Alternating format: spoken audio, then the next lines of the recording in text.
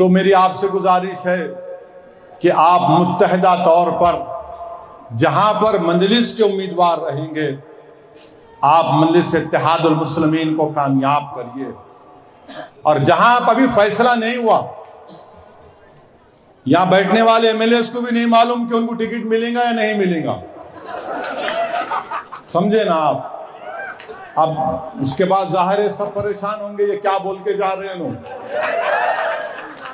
मेरे को भी नहीं मालूम कि मैं एमपी का इलेक्शन लड़ूंगा या नहीं लड़ूंगा, ये तो अल्लाह फैसला करने वाला।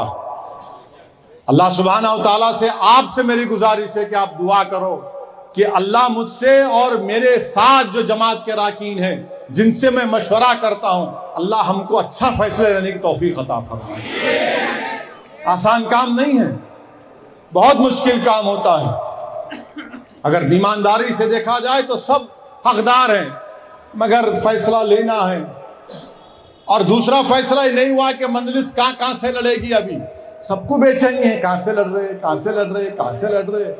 भाई साहब, जहां से लड़ेंगे लड़ेंगे, दिल खोल के लड़ेंगे, बेबाक होके लड़ेंगे, घर को जला के लड़ेंगे और कामयाब करेंगे इंशाअल्लाह ताला हमारे उम्मीदवार। तो मेरे अजीज दोस्तों और बुजुर्गों, इतना ही गुजारिश थी आपसे कि आप मुत्तहिद रहिए, शहर के अमन को बरकरार रखिए। हमारे हिंदू भाइयों का गणेश त्योहार और ईद मिलादुन नबी सल्लल्लाहु अलैहि वसल्लम एक ही दिन में नहीं रहती तो बीजेपी क्या करती थी अब तक। ये अजीब बात है कि मोदी जी खामोश हैं। मोदी जी, हम आपसे अपील करते हैं कि सर्जिकल स्ट्राइक करिए ना, या फिर आप जनवरी फरवरी में करेंगे। कब करेंगे आप? आपकी नाकामी है ये आतंकवादी पाकिस्तान से आकर। बल्कि अभी एक मीडिया के दोस्त ने बताया कि हमारी फौज ने कहा कि पाकिस्तान की फौज इनको डायरेक्शन देती है। तो मेरे अजीज दोस्तों और बुजुर्गों, ये भी एक नाकामी बीजेपी की है।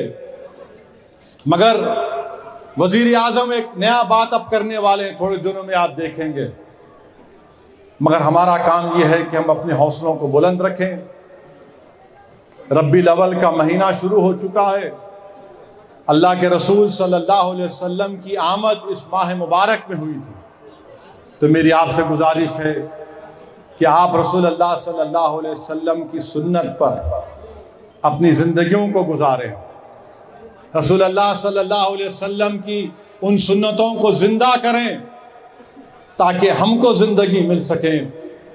हम रसूल अल्लाह सल्लल्लाहु अलैहि वसल्लम के अगर गुलाम हैं तो गुलामी का आबाद रखना चाहिए। अगर हम रसूल अल्लाह सल्लल्लाहु अलैहि वसल्लम से पक्की मोहब्बत करते हैं तो अपनी बीवियों पर जुल्म नहीं करना। अगर हम रसूल अल्लाह सल्लल्लाहु अलैहि वसल्लम को अपना आका मानते हैं तो अपनी माँ बाप की इज्जत करो। अपनी माँ के पास जाओ और याद रखो, मेरी इस बात को किसी आलिम दीन ने अच्छा कहा था कि अल्लाह ने कुरान में बाप की कसम खाई और माँ की शान को बयान किया। तो अपनी माँ की और अपने बाप की इज्जत करो, अपने ख़ानदान में मोहब्बत पैदा करो।